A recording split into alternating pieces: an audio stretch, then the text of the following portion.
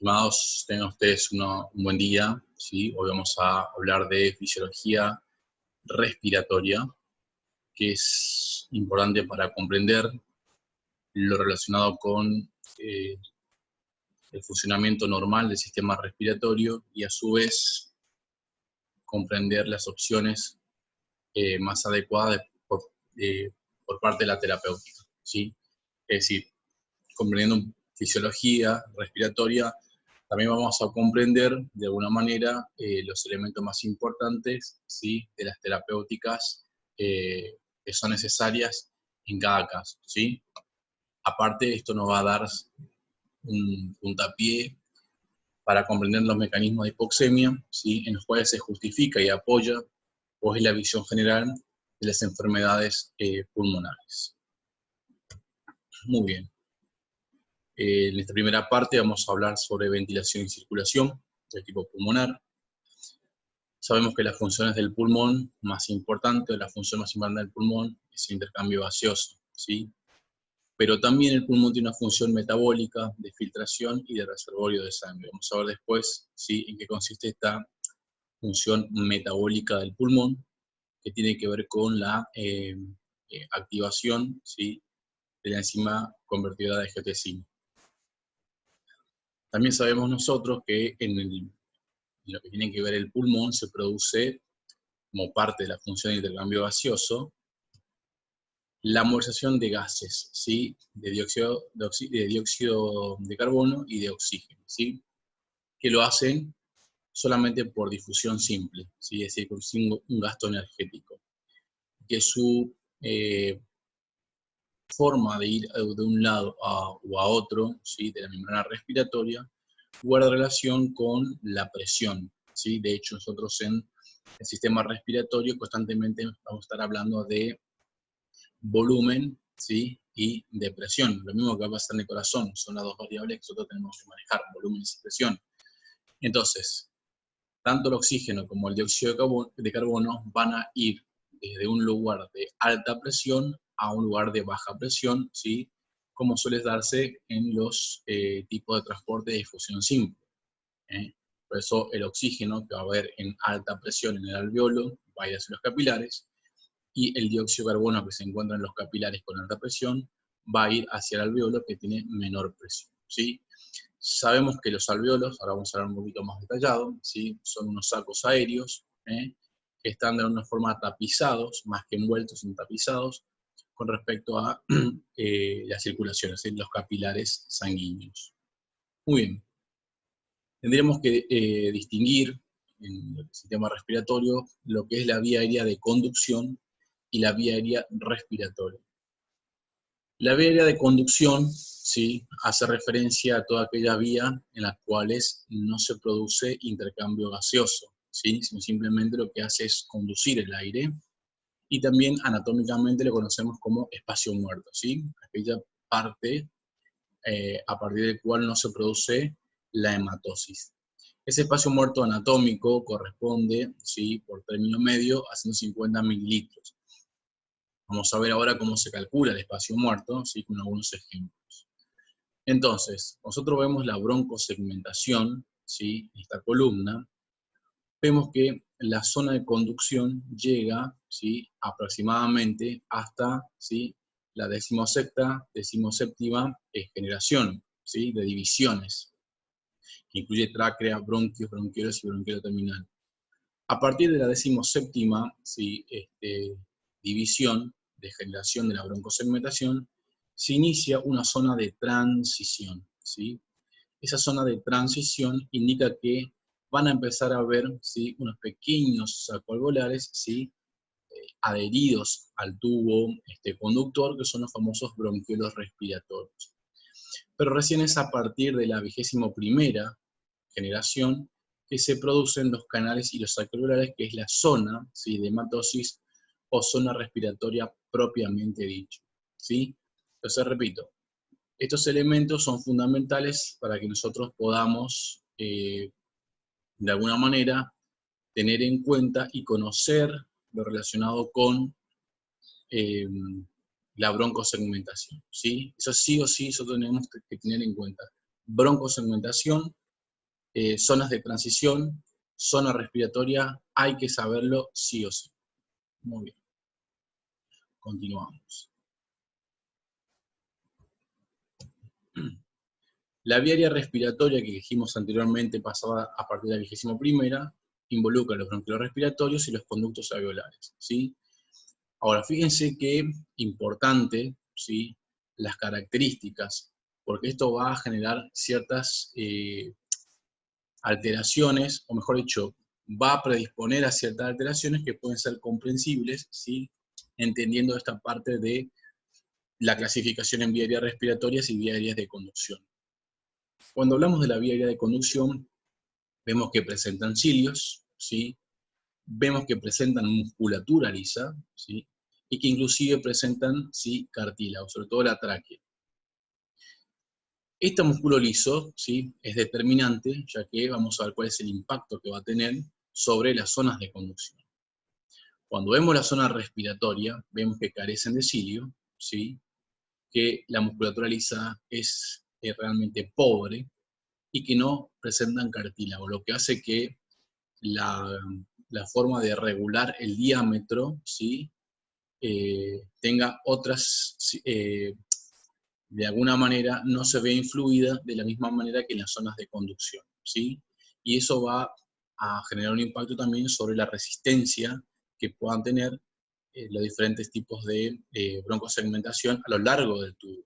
Entonces, fíjense que dentro de la función de la vía respiratoria sabemos que lo que hace la vía de conducción, obviamente, es, primero que nada, mantener permeable la vía aérea, ¿sí?, y de alguna manera generar la conducción de un flujo. Si nosotros miramos este gráfico, vemos que las grandes vías aéreas presentan un diámetro mayor de 2 milímetros y las pequeñas vías aéreas un diámetro menor de 2 milímetros, ¿sí? Lo que me está indicando acá es cuál es la resistencia al flujo, es decir, cuál es la resistencia al paso del aire, ¿sí? Cuando hablamos de flujo, estamos hablando del paso, ¿sí?, de aire por unidad de tiempo. Eso es un flujo, o sea, el volumen por unidad de tiempo. Entonces, o dicho de otra manera, cuánto aire pasa, ¿sí?, por un segmento determinado. Eso cuánto aire pasa por un segmento determinado, ¿sí?, cuando encuentra un obstáculo, eso se denomina resistencia al flujo. La pregunta es, ¿cuál de las vías me ofrece mayor resistencia? ¿Sí? Si las grandes vías, ¿sí?, o las pequeñas vías. Lo que me indica acá es que en condiciones normales, las vías aéreas, ¿sí?, de mayor calibre son las que me ofrecen mayor resistencia cuando estamos en ausencia de una patología. Se repito, las vías aéreas de mayor calibre son las que me ofrecen mayor resistencia al flujo cuando estamos en ausencia de enfermedad, ¿sí? Sin embargo, en presencia de enfermedad, en presencia de alguna alteración, sobre todo bronquiolar, ¿sí?, obstructiva, las vías aéreas de pequeño calibre son las que me ofrecen mayor resistencia al flujo aéreo. Entonces, ¿cómo se explica esto? Vemos un gráfico, ¿sí?, que tiene una base ancha con gran diámetro y un vértice, perdón, con una base con un diámetro más pequeño. Significa que en condiciones normales las grandes vías ofrecen mayor resistencia debido a que a la disposición de las pequeñas vías aéreas, la sumatoria de estos milímetros de todas las pequeñas vías aéreas que se encuentran en paralelo hace que haya un gran diámetro, ¿sí? Ese gran diámetro lo que hace es, de alguna manera, reducirme, ¿sí?, la resistencia al flujo, incrementándome, ¿sí?, el diámetro y favoreciendo obviamente el flujo sanguíneo. Sin embargo, cuando comparamos con los bronquios y la tráquea, vemos que estas vías que aparentemente eran de mayor calibre, ¿sí?, no se suman y por ende quedan con menor diámetro, ¿sí?, y me ofrecen mayor resistencia al flujo aéreo en condiciones normales. Entonces, insisto, cuando hablamos de resistencia al flujo, sabemos que tenemos vías aéreas, ¿sí?, mayor de 2 milímetros, en el cual se encuentra, por ejemplo, las vías aéreas de conducción, y pequeñas vías aéreas menores de 2 milímetros. Cuando hablamos de la resistencia propiamente dicha, entendemos que la resistencia es menor en las pequeñas vías aéreas debido a la sumatoria de todas las pequeñas vías aéreas que se ubican, como es acá, en paralelo, ¿sí?, generándome un gran diámetro, ¿sí?, en comparación con las grandes vías aéreas que tienen menor diámetro en total, ¿sí?, con respecto a las pequeñas vías aéreas. Eso me determina que en condiciones normales, en ausencia de patología, las vías aéreas de mayor calibre, ¿sí?, sean las que me ofrezcan mayor resistencia, y que en condiciones patológicas las vías de menor calibre sean las que me ofrezcan mayor resistencia. Por otro lado, habíamos hablado de que las vías aéreas de conducción presentaban musculatura lisa, ¿sí? Fíjense, es esto que se encuentra aquí. Esto es importante debido a que la musculatura lisa presenta receptores, ¿sí?, que son beta-adrenérgicos y muscarínicos, que pueden determinar una dilatación o una contracción. Y si aumenta la dilatación, no se altera el flujo y no hay resistencia, pero si hay una broncoconstricción, claramente va a haber una resistencia al flujo aéreo. Esa broncodilatación que se puede producir en las zonas de conducción donde hay músculo liso, están, ¿sí?, inervados por el sistema nervioso autónomo, por el simpático, y presenta receptores del tipo beta-adrenérgicos. Sin embargo, ¿sí?, en esa misma musculatura lisa, está inervado por el sistema parasimpático, ¿sí?, que tiene receptores muscarínicos, que son los que de alguna manera producen broncoconstricción. Claramente, esto me va a generar un impacto sobre la resistencia al flujo aéreo. Por otro lado, también hemos visto que la zona de conducción presentaba cilios. Los cilios son indispensables para recibir todo tipo de partículas que vengan de las vías aéreas altas, como también recibir todo tipo de macrófagos, ¿sí?, llenos de mucosidad para poder trasladarlo y poder generar una expectoración o para poder deglutirlo. Como última instancia, ¿sí?, en la vía aérea respiratoria tenemos el acino, ¿sí?, que corresponde a la parte más distal, ¿sí?, del bronquiolo terminal, y involucra, ¿sí?, los diferentes conductos alveolares con los respectivos sacos alveolares. Los alveolos, ¿sí?, son sacos, ¿sí?, o invaginaciones que se encuentran anexos a estos tubos alveolares. Presentan más o menos por pulmón, ¿sí?, 300 millones de alvéolos, ¿sí?, con un diámetro de 200 milímetros, ¿sí?, que va a ser fundamental para limitarse, o mejor dicho, tapizarse con los capilares, y de esa forma favorecer el intercambio gaseoso. A su vez, presentan neumocitos tipo 1 y tipo 2, ¿sí?, que son las células que se encuentran en la región alveolar. Y estos neumocitos son los encargados de producir el surfactante pulmonar, aparte de regenerar, ¿sí?, a otros neumocitos. El surfactante pulmonar, ya vamos a ver cuál es su implicancia en lo que tiene que ver la compliance pulmonar o la distensibilidad pulmonar. Pero sabemos que los neumocitos tipo 2, ¿sí?, o células alveolares tipo 2, son las que van a producir este líquido surfactante, que es indispensable para la estabilidad alveolar, es decir, para evitar que el alveolo me colapse, ¿sí? A su vez, en la región alveolar existen otras células, aparte de las neumocitos tipo 1 y tipo 2, que son los macrófagos. Estos macrófagos, ¿sí?, son los que van a ser la defensa del alveolo, van a tratar de mantener limpio los alveolos, ya que en la región alveolar nosotros carecemos de cilios, ¿sí? Entonces, al no tener cilio, presentamos células macrófagas que fagocitan todo tipo de sustancias y partículas, y son nuestra defensa a nivel alveolar. Obviamente que tienen un papel preponderante, ¿sí?, en las situaciones como la neumonía, claramente, ¿sí? Vamos a ver también que, vamos a desarrollar un poquito más, La estabilidad alveolar, es decir, para evitar que el alveolo no colapse, ¿sí? Existen dos fuerzas contrapuestas. Por un lado, la tensión superficial, que no es otra cosa que las fuerzas, ¿sí?, de las moléculas de agua que revisten el interior de los alveolos. Insisto, la tensión superficial es la fuerza, ¿sí?, que genera la capa líquida, que reviste el interior alveolar. Toda esa capa líquida que reviste el interior alveolar hace una fuerza que tiende a colapsar los alveolos.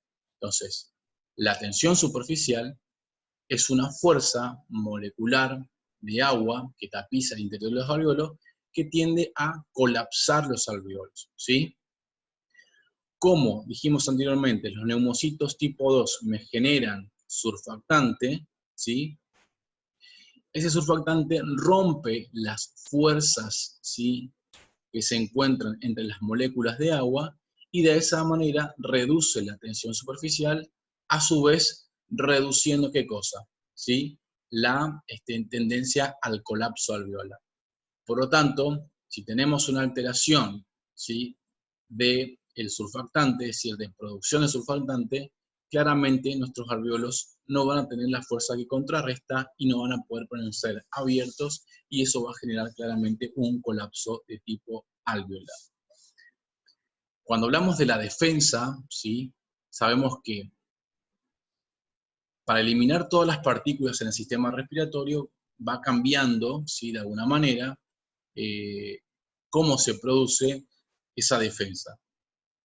Las partículas denominadas grandes, ¿sí?, van a finalizar en la vía aérea superior, sobre todo cavidad nasal.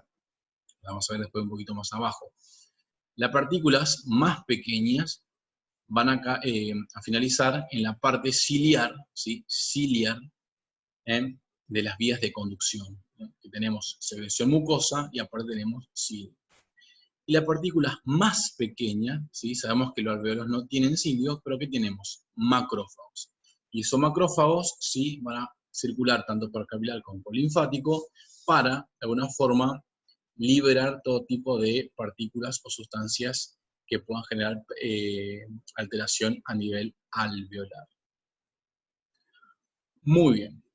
Hasta ahí como una especie de introducción relacionada con lo que tiene que ver la fisiología respiratoria, ¿sí?, de tanto la parte anatómica como fisiológica y clasificación de las vías aéreas.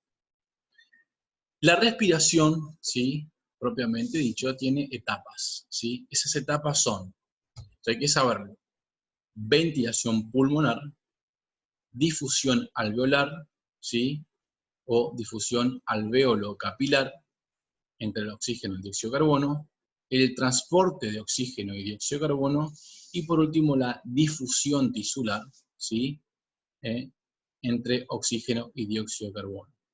Estas cuatro etapas hay que conocer. Nosotros vamos a arrancar con ventilación pulmonar, posteriormente vamos a hablar de difusión y transporte, y por último de difusión, ¿sí?, a nivel de los tejidos. Esto es importante debido a que una alteración en la ventilación pulmonar puede generar una alteración en la difusión, ¿sí? Una alteración en la difusión puede condicionar la ventilación pulmonar, como a su vez puede generar una alteración en el transporte, ¿sí?, y obviamente que nuestros tejidos no van a recibir la cantidad de oxígeno necesaria, ¿sí? Entonces, es importante que sepamos nombrar las etapas de la respiración. Es fundamental que sepamos nombrar cada una de las etapas, ¿sí?, y que después, al final de la fisiología respiratoria, podamos comprender, ¿sí?, la relación que hay entre la ventilación y difusión, ventilación y transporte, ventilación y difusión, y entre cada una de ellas, ¿sí? Debido a que nosotros tengamos un paciente de característica respiratoria, vamos a evaluar, ¿sí?, cuál es el componente primario que se ve alterado, si la ventilación, si la difusión, el transporte o la difusión a nivel tisular, y de esa manera ver cuál es la herramienta kinésica más adecuada para poder generar una intervención y de esa forma solucionar total o parcialmente un problema de característica o un paciente con características respiratorias, tanto obstructivas como restrictivas. Muy bien.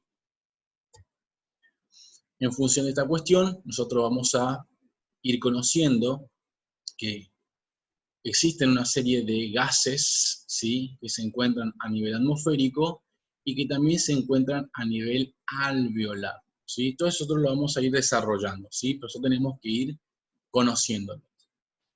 Entonces, tenemos que la presión barométrica a nivel del mar es de 760, es una presión, entonces miligramos mercurio. 760 miligramos mercurio es la presión que se encuentra en la atmósfera. Ya vamos a ver de qué se trata cuando decimos presión, ¿sí? Pero básicamente es que dentro de los gases que interactúan a nivel atmosférico, hay varios gases, ¿sí? No solamente el oxígeno, sino hay otros gases. Entonces, el conjunto de gases me hace una sumatoria, vamos a ver cómo se llama esa ley, ¿sí?, que me da un total de 760. Entonces, de 760 de presión entre gases, porque los gases ocupan un espacio, ¿sí? Insisto, los gases ocupan un espacio, entonces me hacen una fuerza, ¿sí? Es como estamos todos en un salón, estamos todos amontonados, hacemos fuerza para mantener un espacio. Lo mismo sucede en la atmósfera con respecto a los gases. Están en la atmósfera generando una presión, una fuerza. Se llama 760 miligramos mercurio, que es la presión barométrica.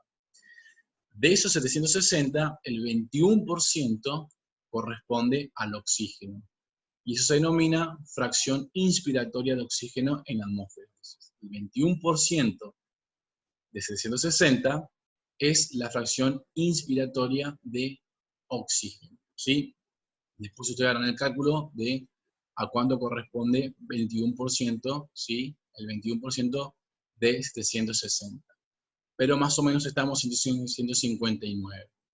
Cuando nosotros multiplicamos la fracción inspiratoria por la presión barométrica, acá en vez de poner 21%, ¿sí?, lo pasamos, como está en porcentaje, lo pasamos a un número decimal, sería 0,21. Si ponemos 0,21 por 660, nos daría algo así como 159. 159,9 o 160, redondeando, es la presión inspiratoria de oxígeno. Básicamente, nosotros dijimos que la hematosis se produce por difusión simple, y esa difusión simple tenía un principio, que iba desde donde había mayor presión a donde hay menor presión. Lo mismo sucede, o sea, para que haya un flujo, o sea, tiene que haber una diferencia de presiones entre lo que sería la parte atmosférica y la parte alveolar. Entonces, en la parte atmosférica, la presión inspiratoria de oxígeno, si la fuerza inspiratoria de oxígeno, corresponde a 160. Este valor tiene que ser mayor de lo que hay en el alveolo, porque si no fuera mayor, no podría ir donde hay mayor concentración o mayor presión, a donde hay menor presión, claramente, ¿sí? Vamos a ver dentro de los mecanismos de hipoxemia cómo falla la presión inspiratoria de oxígeno.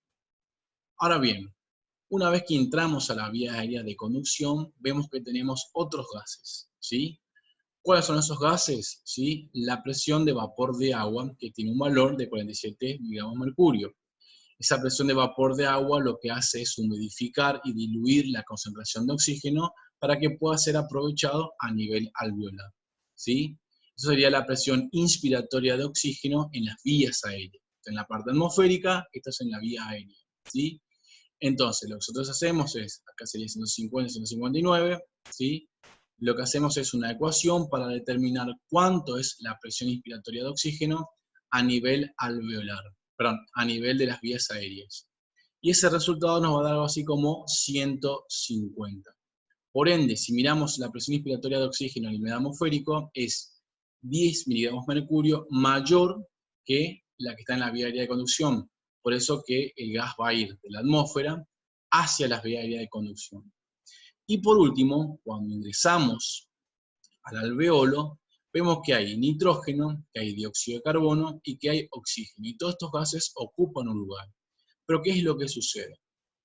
a mayor dióxido de carbono dentro de los alveolos, ¿sí? Va a haber menor oxígeno, ¿sí? Entonces tenemos en cuenta el dióxido de carbono para saber cuánto es, ¿sí?, el gas alveolar, ¿sí?, de oxígeno. Eso se llama ecuación del gas alveolar. Lo que estamos haciendo acá es poner, ¿sí?, en cálculo lo que venimos hablando de presión inspiratoria oxígeno atmosférica, ¿sí?, a nivel de la vía aérea, para poder, por último, contrarrestar los efectos del dióxido de carbono, y esto me determina cuánto debería ser mi presión parcial de oxígeno dentro de mi alveolo. En línea general se acepta que siempre esté entre 100 o entre 105 dentro de los alveolos. La presión parcial de oxígeno corresponde a 100 miligramos de mercurio. Muy bien. Para yo llegar a 100, vamos a hacer después el cálculo, cuando lleguemos a la parte de difusión, vamos a hacer el cálculo de la ecuación del gas alveolar claramente, pero miremos acá, tenemos dióxido de carbono, corresponde a 40, por 1 sobre R. R, ¿sí?, que es una constante, es 0,8. Ese 0,8 es un cociente entre la producción de dióxido de carbono, ¿sí?, producción de dióxido de carbono, o lo que se denomina también consumo de oxígeno, consumo de dióxido de carbono, y un cociente, insisto, este R, que corresponde a 0,8, es un cociente entre la producción de oxígeno o consumo de oxígeno, ¿sí?, que corresponde más o menos a 250 mililitros, ¿sí?, sobre la producción o consumo de dióxido de carbono, que corresponde a 200. Ese cociente nos va a dar un valor de 0,8, ¿sí? Y de esa manera, si ya tenemos el 0,21 por 47 de presión alveolar, ¿sí?, que es esto que se encuentra acá, por 760 que corresponde a la presión barométrica, menos la presión de vapor de agua, menos la concentración de dióxido de carbono a nivel alveolar por 1 sobre 0,8, el resultado de toda esta ecuación nos debería dar cuánto es la presión alveolar. Claramente la presión de oxígeno a nivel alveolar es casi 60 miligramos de mercurio menor que la atmosférica, y eso determina que haya una diferencia de presión a nivel atmosférico con respecto al alveolar. Y claramente para que desde el alveolo pueda ir hacia capilar, también debe haber una diferencia. Fíjense que la presión venosa de oxígeno, que viene desoxigenada, es de 40 y esto es de 100. Por tanto, va a ir de donde hay mayor concentración o presión a donde hay menor presión. Todo esto nosotros lo vamos a ver con difusión. Muy bien.